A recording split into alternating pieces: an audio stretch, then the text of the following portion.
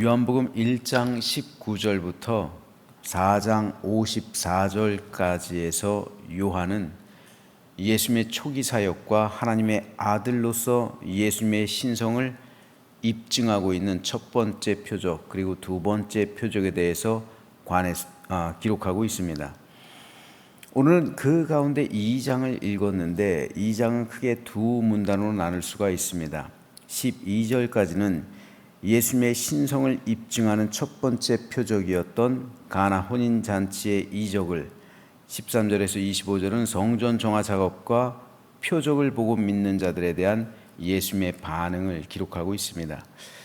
오늘은 이 가운데서 1절로 5절 말씀에 대해서 잠시 살펴보겠습니다. 사흘째 되던 날 갈릴리 가나에 혼례가 있어 예수의 어머니도 거기 계시고 예수와 그 제자들도 혼례의 청함을 받았더니 포도주가 떨어진지라.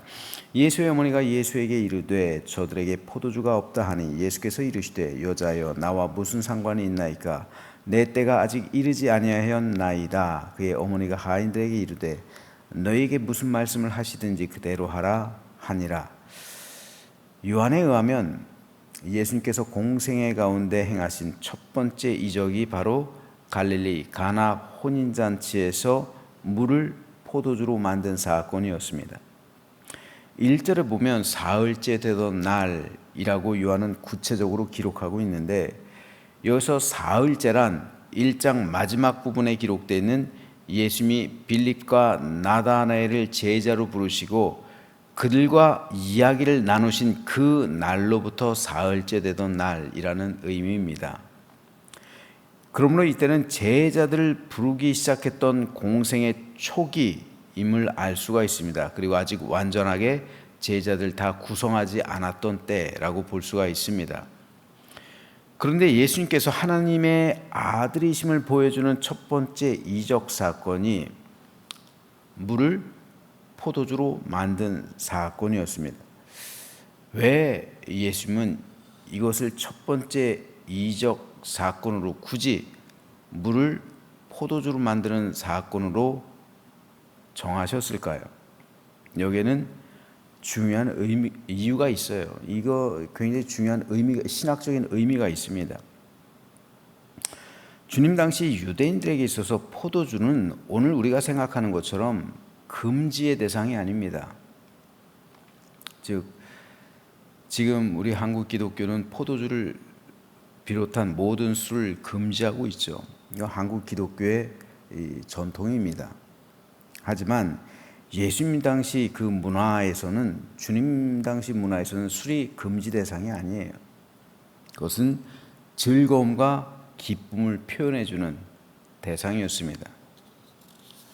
그래서 유대인들은 식사 때 언제나 포도주를 마셨어요.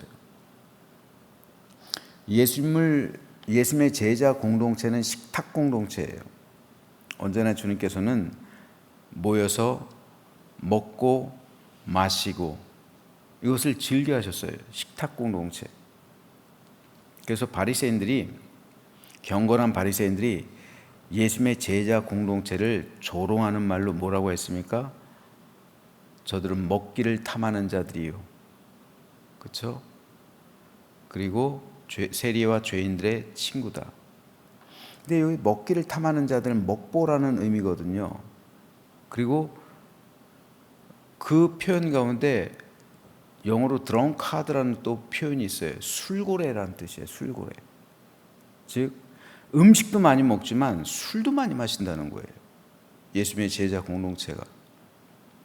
그래서 저들은 먹보들 그리고 술고래들, 이렇게 경건한 바리새인들이 조롱을 했단 말이에요. 경멸에 차서 그렇게 이야기했다는 거예요. 그만큼 예수님의 제자 공동체는 식탁 공동체였어요. 함께 모여서 음식을 나누고 그리고 기쁨을 나누었다는 거예요. 그런데 그렇게 하신 이유가 있어요. 예수님께서 식탐이 많아서 그러신 것이 아니에요. 그래서 사실 하나님 나라의 잔치를 보여주시는 거예요. 하나님 나라의 잔치. 하나님 나라는 이렇게 즐겁다. 하나님 나라의 사랑은 이렇게 흥겹다.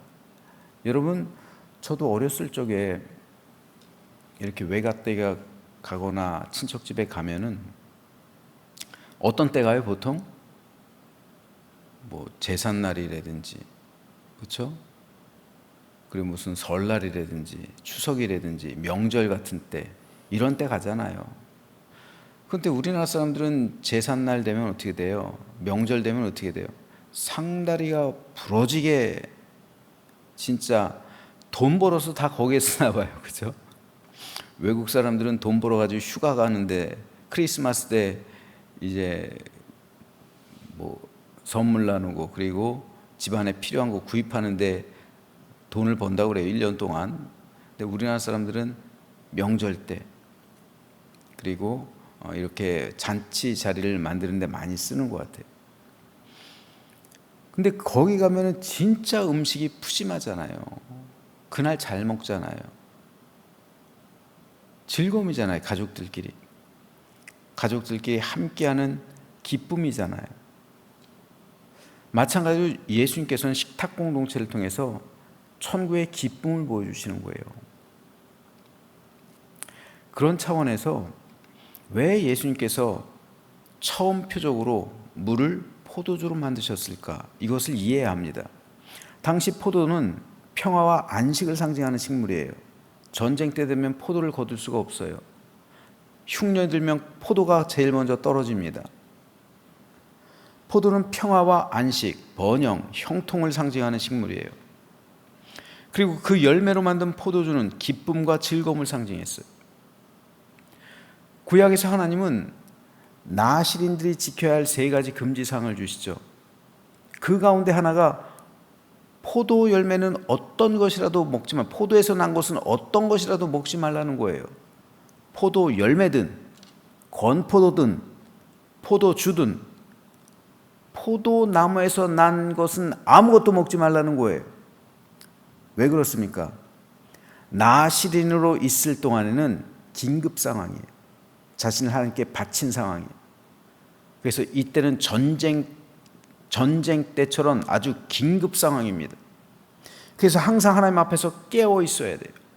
깨어 있어야 하기 때문에 포도주 마시지 말라는 거예요. 즐거움의 상황이 아니기 때문에 포도 열매 먹지 말라는 겁니다. 지금 평화의 때가 아니라는 거예요. 영적으로 깨어 있어야 할 때이기 때문에 평화와 안식을 상징하는 포도를 먹지 말라는 겁니다. 그래서 나실인으로 있을 동안에는 평화와 안식이 없는 거예요. 즐거움과 기쁨을 멀리해야 되는 거다. 즉 금욕적인 삶을 살아가야 돼요. 나실인은 영적 전쟁을 수행하는 사람이란 말입니다. 깨어 있어야만 하는 사람이에요. 그래서 나실인의 2 종류가 있죠. 일시적인 나실인이 있고요. 종신 나실인이 있고요. 일시적인 나실인은 사도 바울도 나실인의 서원을 했잖아요. 그래서 겐그라의 항을 떠날 때 머리를 깎았죠. 나실인의 서원이 신약 시대까지 존재하고 있었어요. 바울도 지켰으니까. 일시적으로 자신을 나실인으로 헌신할 수가 있어요. 이때까지는 금욕해야 되는 거예요. 바울도 포도주를 마시지 않는 거예요. 종신 나실인이 있습니다. 평생토록 3가지 의무, 규례 지켜야 돼. 평생토록 영적 전쟁을 수행하는 사람. 사무엘 대표적으로요. 그리고 삼손. 사무엘은 성공했고 삼손은 실패했죠. 그래서 하나님은 평화, 안식을 상징하는 포도, 즐거움과 기쁨을 상징하는 포도주를 나실인들에게 마시지 말 것을 명령하셨던 겁니다. 예수님도 최후의 만찬을 마치시면서 이렇게 말씀하세요. 그러나 너에게 이르노니 내가 포도나무에서 난 것을 이제부터 내 아버지의 나라에서 새 것으로 너희와 함께 마시는 날까지 마시지 아니하리라. 왜 예수님은 뜬금없이 최후의 만찬을 마지막으로 마치시면서 최후의 만찬 때까지 예수님은 포도주를 마셨잖아요. 그런데 그것을 마치는 식사 자리에서 내가 다시는 포도나무에서 난 것을 먹지 않을 것이다. 포도 열매든 포도주든 마시지 않을 것이다. 언제까지요? 내 아버지 나라에서 새 것으로 너희와 함께 마실 때까지. 왜 예수님께서는 이 말씀을 하셨을까요? 포도주가 기쁨과 즐거움을 상징하기 때문에 그래요. 즉 포도주는 하늘나라의 잔치를 상징하는 거예요. 최후의 만찬을 마치시고 나서 주님은 십자가를 질 준비를 하기 위해서 곧바로 겟세마네 동산으로 가세요. 거기서 밤새도록 기도하시고 이제 새벽에 십자가를 지시러 가시는 거예요. 따라서 예수님의 공생의 마무리는 뭡니까? 기도지만, 겟세마네 동산에서의 기도지만 그 전에 마무리는 포도주를 끊는 거예요. 포도주가 끊겨요. 주님께서 스스로 포도주를 안 마시겠다고 제자들에게 선언하세요. 그리고 하나님 나라에서 새 것으로 다시 마실 것이다. 소망을 주는 거죠. 재림 때예요. 그래서 이것을 천국잔치라 부르는 거예요. 따라서 오늘 본문에서 예수님께서 물을 포도주로 만든 사건은 철저하게 의도된 겁니다. 즉 물을 포도주로 만듦으로써 하나님 나라가 이 땅 가운데 임했음을 선포하시는 거예요. 생명과 구원이 이 땅 가운데 임했음을 주님은 이 표적으로 보여주신 겁니다. 그러므로 기뻐하고 즐거워하라는 거예요. 천국 잔치가 너희 가운데 시작됐다는 거죠. 그래서 그 장소를 혼인장소, 혼인잔치의 장소로 잡으신 거예요. 그러므로 포도주는 예수님의 공생의 시작임을 알리는 도구였고요. 마지막으로 예수님의 공생애를 마무리하는 도구가 되었던 거예요. 그리고 예수님의 재림을 알리는 도구가 되는 거예요. 그런데 오늘 잠깐 생각해 볼 말씀은 이 표적, 물이 포도주가 되는 표적이 일어나기까지 한 가지 중요한 촉매제 역할을 한 인물이 있습니다. 바로 마리아예요. 특별히 마리아의 중보와 믿음입니다. 마리아는 예수님에게 이 포도주가 떨어졌다는 사실을 알리면서 도움을 구하죠. 사실 그 당시에 혼인잔치에 포도주가 떨어졌다는 사실은, 떨어진다는 것은 있을 수가 없는 거예요. 손님들을 초대해 놓고 음식을 제공하지 않는 것하고 똑같은 거예요. 그런데 왜 그 집에는 포도주가 떨어졌을까요? 가난했기 때문에 그래요. 가난했기 때문에 넉넉하게 준비하지 못한 거예요. 그래서 연회장이 말하잖아요. 사람마다 처음에는 좋은 포도주를 내고 나중에 사람들이 취하면 급이 낮은, 다시 말해서 물을 많이 탄 포도주를 준단 말이에요. 처음에는 물로 희석시키지